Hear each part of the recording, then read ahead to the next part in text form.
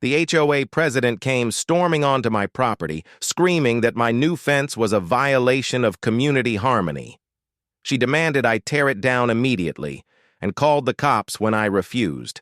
Too bad for her. Not only was the fence perfectly legal, but I had a secret ace up my sleeve she never saw coming. I owned her lot too. Let's just say when the truth came out, she wasn't yelling anymore. There's something deeply satisfying about clean lines, well-defined property boundaries, and things being exactly where they should be. It's why I got into land investing in the first place. I like things tidy, orderly, and legal. So when I bought 3 adjoining lots in a quiet HOA-controlled neighborhood on the edge of town, I had a plan. Build on one, rent out the second, and keep the third, a bare patch of land, for future resale or passive value growth. It was smart, simple, and within every legal right I held. The first lot came with a decent 3-bedroom home. That's where I lived. The second was undeveloped, but buildable. The third, a sliver-shaped corner parcel that ran directly behind. 2 existing homes, one of which belonged to the HOA president, a woman named Judith Weller. I'd only met her once before. She wore sunglasses like a visor, carried a clipboard as if it were a weapon, and introduced herself not by name, but by title. I'm the president of the HOA here, and we take standards very seriously. It was a warning disguised as a greeting. Gave her a polite nod, smiled, and didn't think much of it. I was used to HOA types. I'd dealt with them on other properties. Most of them just like to feel important. As long as you kept your lawn mowed and didn't paint your house neon green, they left you alone, or so I thought. About 3 months after moving in, I finally had the time and permits to begin putting up a privacy fence on the edge of my property. Nothing fancy, just a clean 6-foot cedar fence to replace the ugly rusted chain link that separated my lot from the neighboring homes. I measured carefully, double-checked the pins and markers, cross-referenced the county plat, and pulled up the boundary survey I'd ordered during closing. The line was clear, and the fence I was building was not just on my property, it was well within it. I hired a local crew, and they started setting posts on a cool Monday morning. They weren't even an hour into the job before the thunder rolled in. Not literal thunder. Judith. I was on my porch with coffee in hand when I saw her appear from between the hedges, moving fast, her clipboard bouncing at her side, sunglasses already locked on the crew like laser guidance systems. She didn't walk. She marched. "Excuse me," she called out. "Excuse me." The 2 guys setting posts looked up, confused. I stepped off the porch and met her halfway. Judith didn't offer a hello. She pointed at the fence post in mid-installation like it was a weapon of mass destruction. "That is not an HOA-approved structure," she snapped. "It's a fence," I said, keeping my tone neutral, "and it's entirely on my property." She ignored that. "You didn't file a request with the Architectural Review Committee. Fences over 4 feet tall require pre-approval, especially wood ones." I didn't blink. That's true for perimeter fences that border community access zones or front yards. This one's in the rear. The HOA's authority doesn't extend here. Check the CC&Rs. Her nostrils flared. "I wrote the CC&Rs. "I know," I said. "That's how I knew you'd try this." That got her. She hesitated, just for a second. Then the fire returned. "Regardless," she snapped, "your fence changes the sightline for 2 other properties and disrupts the visual cohesion of the neighborhood. It creates a barricade-like feeling. That goes against our community design values." I raised an eyebrow. "Barricade? It's a privacy fence." "It's hostile," she said, shifting tactics.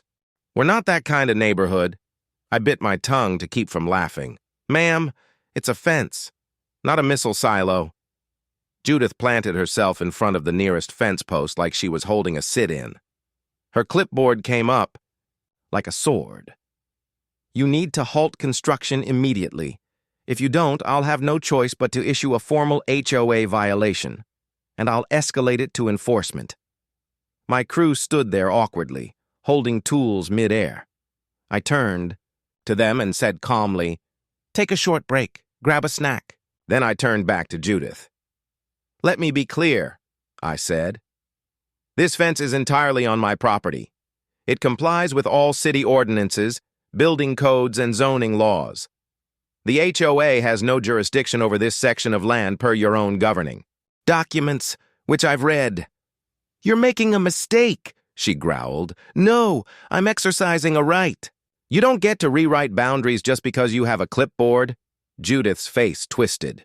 "You'll be hearing from us." And with that, she turned on her heel and stormed off, her sandals slapping angrily against the sidewalk as she retreated. The crew looked at me. I gave them the nod. Work resumed, but I knew this wasn't over. The emails started that night. Subject line: Urgent. Fence in violation of HOA guidelines. It was written in all caps, and 3 different font colors: red for the violation, yellow for the word immediate, and green for cooperation encouraged. I didn't reply. A second email followed the next day, this time from the HOA's general inbox titled Community Standards Matter. It was passive-aggressive fluff about neighborhood, integrity, and shared visual harmony. But the message was clear: stop building, or we'll escalate. I still didn't reply. The third email came from Judith herself, but this time she copied the entire HOA board and the neighborhood distribution list. Resident at my address has begun erecting an unauthorized structure that violates multiple community standards. As HOA president, I strongly urge all neighbors to remain vigilant. If you feel this structure impacts your property value or enjoyment, please submit complaints to the board immediately. I read it twice and smiled, because all this noise, all this theatrical outrage, told me one thing: I was in the right, and Judith, she was losing control. The fence continued, the posts went in, the panels followed, and by Friday evening the structure was complete, clean, sealed, and beautiful. Neighbors walked by and nodded. A few even stopped to say it looked great. But Judith? She wasn't done, not even close. She was already planning her next move, and I had a feeling it would involve city inspectors, maybe even police. That was fine, because she had no idea what I was really building, or what land I actually owned. This fence wasn't just a boundary. It was the first line in a war she didn't realize she was already losing. By Saturday morning, the fence was finished, tall, clean, and beautiful. It did exactly what I wanted: added privacy, marked my boundary, and brought some definition to an otherwise wide-open corner of the lot. I stood out there with a cup of coffee, admiring the final product while the early sun lit it up like a stage. But peace? That was gone. The moment I stepped inside, I saw the email, then the second one, then the thick envelope slid through my mail slot like a bad omen. Subject: Official HOA Notice, Multiple Violations. Attachment: Documentation Packet, Fence Dispute. The file was a masterpiece of HOA theater, 12 pages long, 7 references to unauthorized structure, 3 claims of endangerment to community cohesion, and 1 particularly dramatic paragraph that said, "My fence visually disrupts the thematic symmetry of our open lot design." I laughed out loud. Attached were 4 blurry photos, clearly taken from behind bushes, and a Google Maps printout with red arrows pointing to the fence like it was a toxic spill. I flipped through the printed letter Judith had dropped off for good measure. It had the same flair, a ridiculous blend of legal language, HOA jargon, and veiled threats of fines pending board review. No mention of the actual property lines, no reference to my survey, just accusations. I didn't reply. I didn't have to. Because what Judith didn't know, and what no one else seemed to realize, was that I'd come into this with more than just a fence plan. I'd come armed with ownership of the adjoining lot behind her house, a fact I was keeping in my back pocket until just the right moment. But before I could even finish a cup of coffee, the next round of drama hit. It started with whispers. Greg from across the street came over while walking his dog. "Just so you know," he said, leaning in like a spy, "Judith's on a rampage. Saw her chewing out the Thompsons yesterday because their mailbox had a plastic garden gnome next to it. Apparently, whimsy violates our aesthetic code." I chuckled. "She's spiraling. You're the main event, man. You poked the bear." "She parked her claws on my property," he smirked. "Good. Someone needed to push back. Just be ready. She's talking about bringing in the city." And she did. Monday morning, a white city truck pulled up and parked by my curb. A middle-aged man in steel-toe boots and a safety vest stepped out and started walking the perimeter of my lot with a clipboard. I stepped outside. "Morning," I said.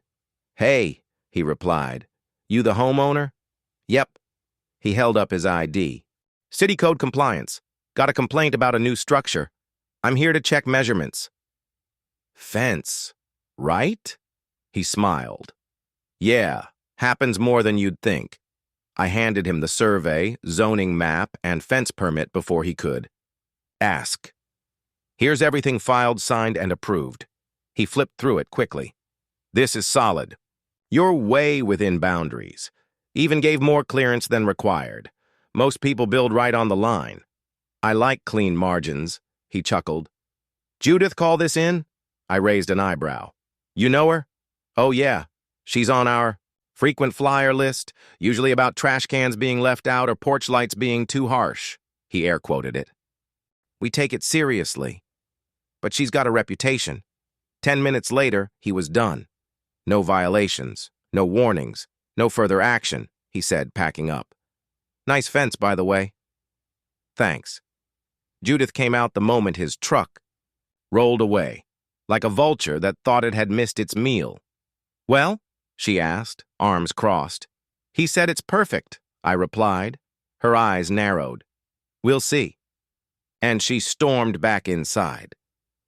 By Wednesday, she'd run out of HOA bureaucracy and city bureaucracy. That's when she called the cops. I was working in my garage when the squad car pulled up. Not lights and sirens, more like a friendly knock. On the door. "Morning," said the officer, tall, polite, and already looking mildly annoyed. "We got a call about a property dispute?" "Judith?" I asked. He smiled wryly.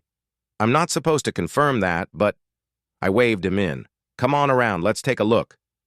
We walked the side yard. Judith was already outside, waiting like she was expecting to win a medal. "Officer, thank you for coming. I believe this man has extended his fence onto shared space and may have encroached on HOA-managed property."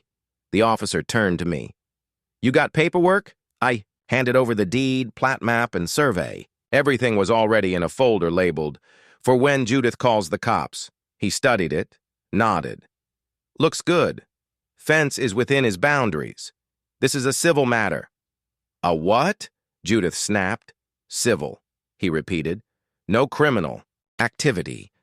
You'll need to take it to small claims or through the HOA, ma'am." "I am the HOA," he blinked. Then, "Sounds like a neighborly disagreement." Judith's face turned red. "No, this is about neighborhood safety. These outsiders come in, build whatever they want, and ruin the order. Ma'am," he said firmly, "there's no law against fences on private property." I almost felt bad for her. Almost. The officer turned back to me. "You're good. Have a nice day." "You too." Judith just stood there, shaking, lips twitching, like she couldn't believe no one was backing her up. "This isn't over," she yelled as he walked away. "I know," I said with a smile. "That's the fun part." By Thursday, the entire block was talking. People I'd never even spoken to before nodded when they saw me. One woman in a minivan slowed down, rolled down her window, and whispered, "You're the fence guy, right? That was awesome." The neighborhood group chat lit up. Screenshots from next door leaked out. Judith's all-caps rants about community. Sabotage and rogue construction became memes. Someone even posted a poll.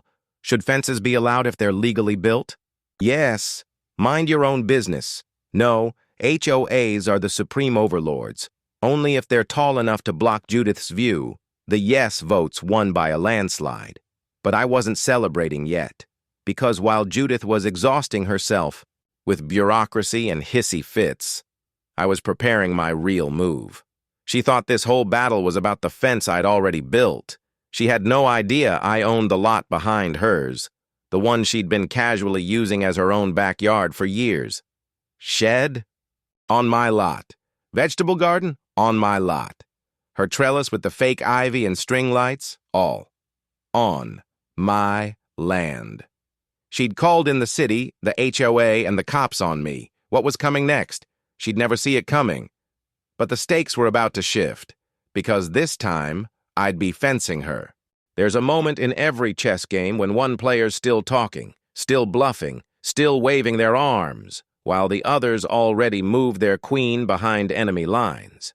That was me, while Judith raged over a 6-foot cedar fence entirely. Within my backyard, she had no clue that just a few feet behind her house, she was standing on land I owned, and I had the paperwork to prove it.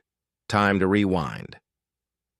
About 6 months before all this drama unfolded, I bought my property as part of a multi-lot sale at a county tax auction. The house I now live in came bundled with 2 extra parcels, one directly behind my place and one long-neglected corner lot that wrapped around the back edge of 2 homes, including Judith's. Most buyers ignored the corner lot because it looked useless, thin, awkward shape, nothing built on it. But I saw value. It had road access, utility easement rights, and, crucially, legal separation from the HOA covenants because of how it was originally filed. At the time, it was just a long strip of overgrown grass.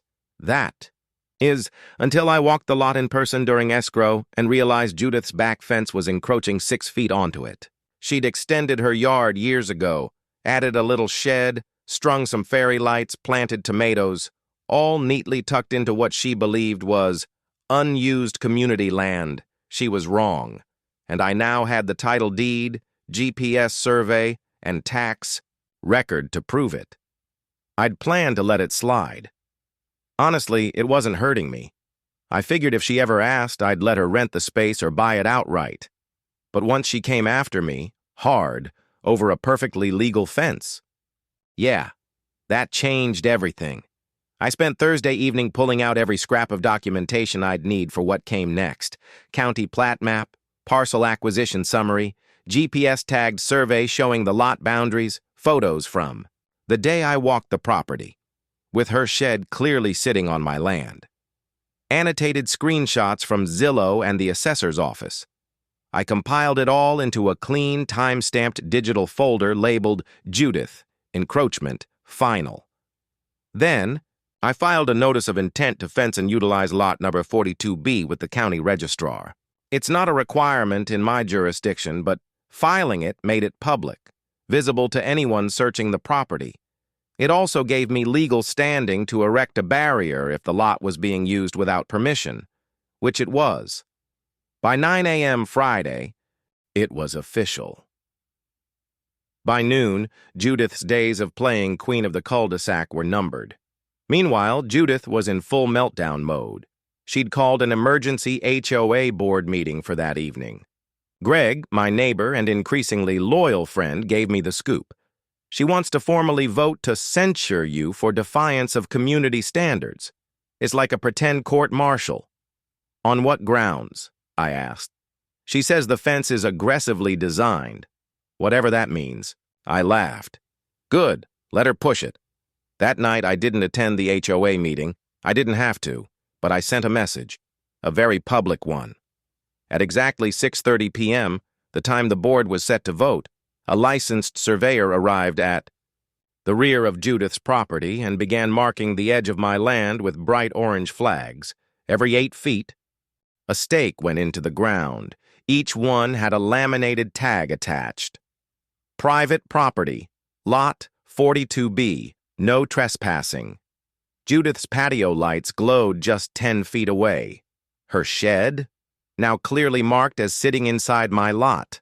The tomato garden, straddling the boundary, her string lights, hanging over my airspace.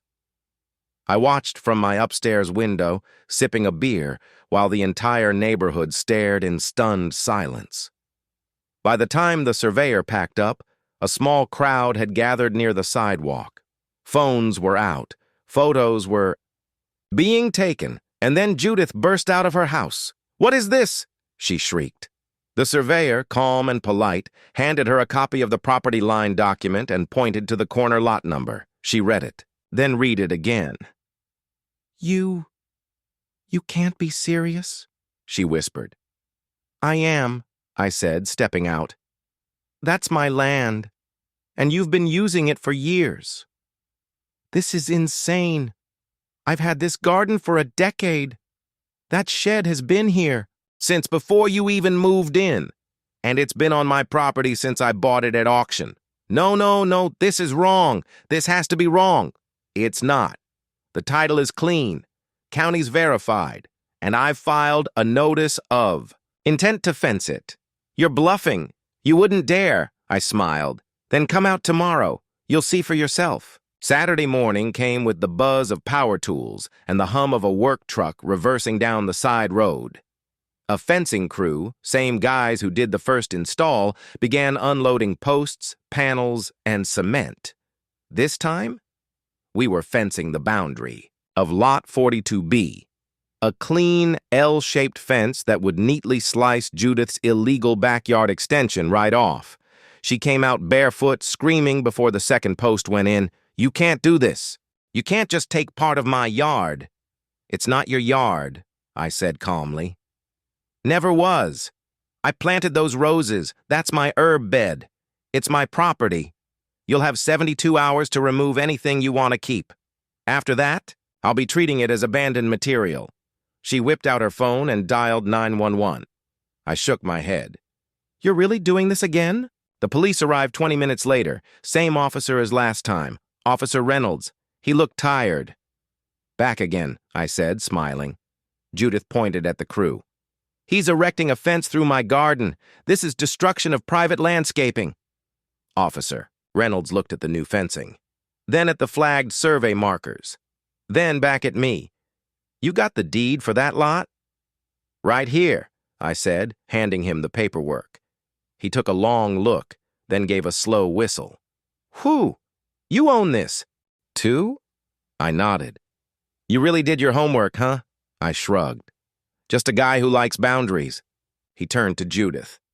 "Ma'am, I know this looks bad, but he's within his rights. That's his land. You've been encroaching." But he's fencing me in." "No, ma'am. He's fencing you out." The fence went up fast. By the end of the day, Judith's shed stood on the wrong side of a bright new cedar wall. Her tomato plants drooped sadly in the shade, and her once extended yard had been amputated from her life like a limb she'd grown illegally.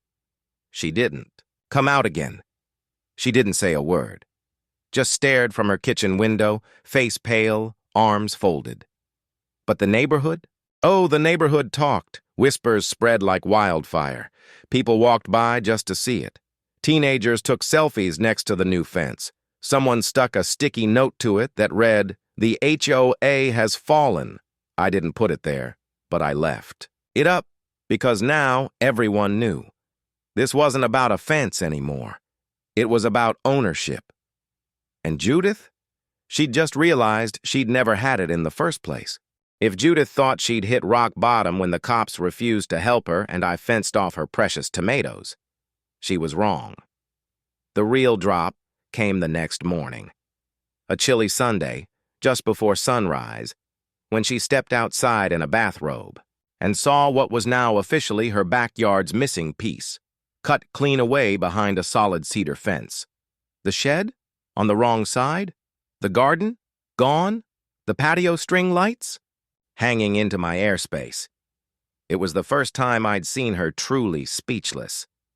She stood frozen at the back step, clutching a mug of untouched coffee, staring like someone had stolen a part of her life.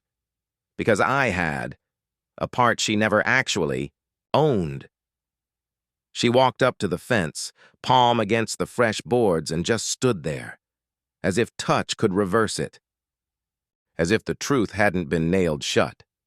Then the panic set in. By 9 a.m., I was at Home Depot grabbing hardware for my own side of the new fence when Greg texted me, "Dude, Judith's losing it again. She's dragging garden tools across the yard, yelling at a measuring tape." When I got back, I peeked through the slats and saw her on a ladder with a level, trying to prove somehow that my fence was crooked, illegal, or breaking some HOA clause only she understood. The next day, I got an envelope. Another one. This time, it wasn't a violation notice. It was something new. A handwritten letter in her floral stationery, signed with a loopy, aggressive signature.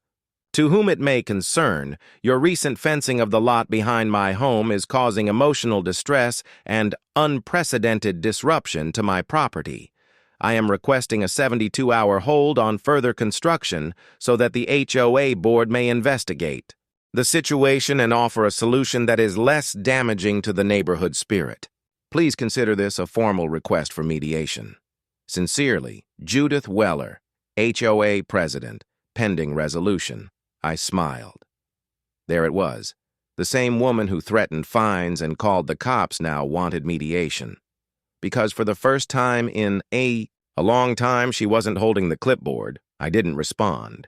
Instead, I called my fencing guys back for a follow-up job. 2 days later, they returned with the good stuff, a row of custom pre-treated panels for the inner side of my new boundary fence. Why? Because I wasn't done. See, Judith's remaining property line was ugly. Her back patio faced my new fence like a blank wall, so I figured if she had to look at it, might as well give her something to look at. We installed 60 feet of paint-ready panels, smooth side facing her, and I hired a local muralist to handle the rest. By the end of the week, the art was complete. Painted across the entire stretch of cedar in vibrant color was a cartoon-style scene, a bulldog chewing up a clipboard.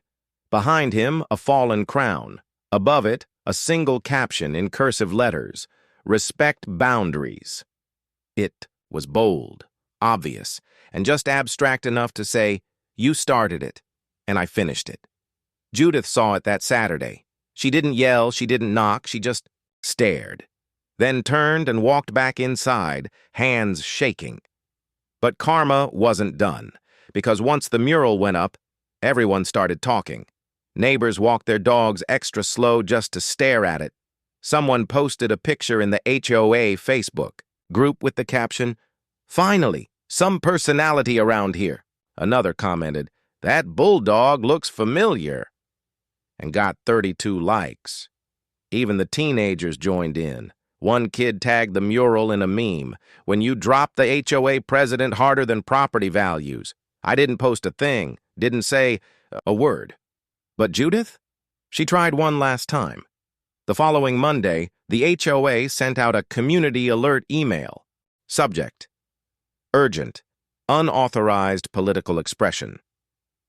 Residents, it has come to the board's attention that certain visual displays have been erected in areas visible to other members of the community, violating Article 9, Section B of the HOA Charter concerning political, aggressive, or disruptive displays.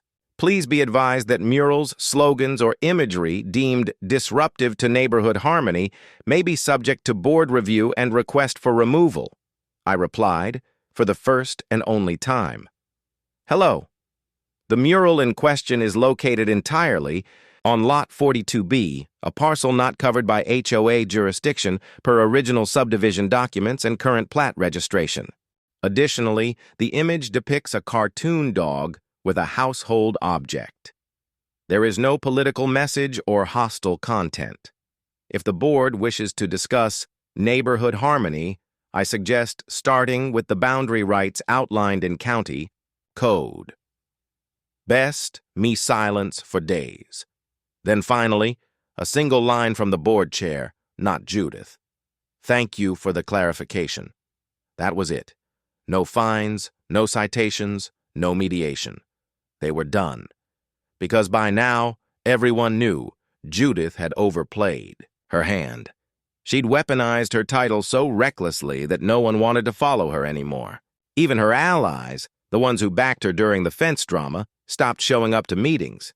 Her power wasn't taken. It evaporated.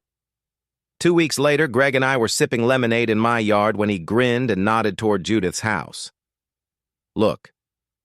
I turned. Out front, planted in the lawn like a white flag, for sale. Underneath, motivated seller. It was over. She wasn't just stepping down. She was leaving. Her final act was one last neighborhood email sent at midnight. Subject, transition. And thanks, dear neighbors. Due to recent stressors and a desire to seek a more peaceful lifestyle, I will be stepping down as HOA president effective immediately. I wish you all well in preserving the values that made this community special. Thank you for your time and support. Judith, it didn't say my name. It didn't have to. The next day, someone in the HOA group posted a screenshot of the mural with the caption, "We don't need a president. We have the bulldog." And that's how it stuck. People started calling the corner lot Bulldog's Gate. Some suggested painting tiny bones on the mailbox. Others wanted stickers. Me? I just kept to myself. Fence intact, garden growing, peace restored. But every once in a while, someone new moves into the neighborhood and asks, "Hey, what's the deal with that mural?" Greg always answers, "Oh, that's what happens when someone tries to rule this place with a clipboard, and then gets fenced out of their own backyard." I'll admit, when I first put that fence up, all I wanted was some privacy, a clean boundary, a clear line that said, "This is mine, that's yours. Let's coexist." But Judith Weller didn't understand boundaries, physical or personal. To her, the neighborhood was a kingdom, and she ruled with a clipboard and a smile made of barbed wire.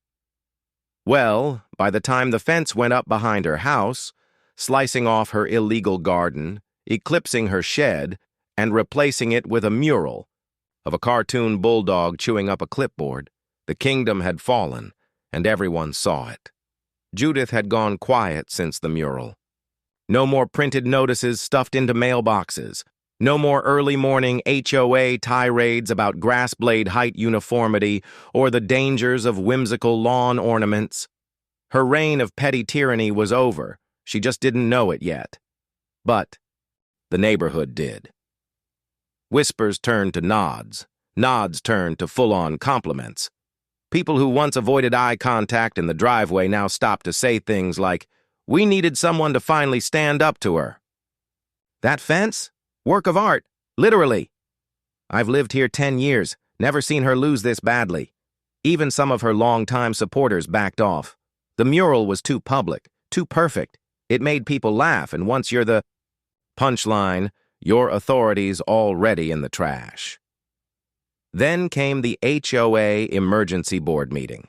It was called under the generic title, Special Session, Board Integrity and Policy Review. Translation, let's talk about Judith. I didn't attend, but Greg was there. He gave me the full play-by-play afterward, still grinning like a kid who snuck into an R-rated movie. "Dude," he said, "it was brutal."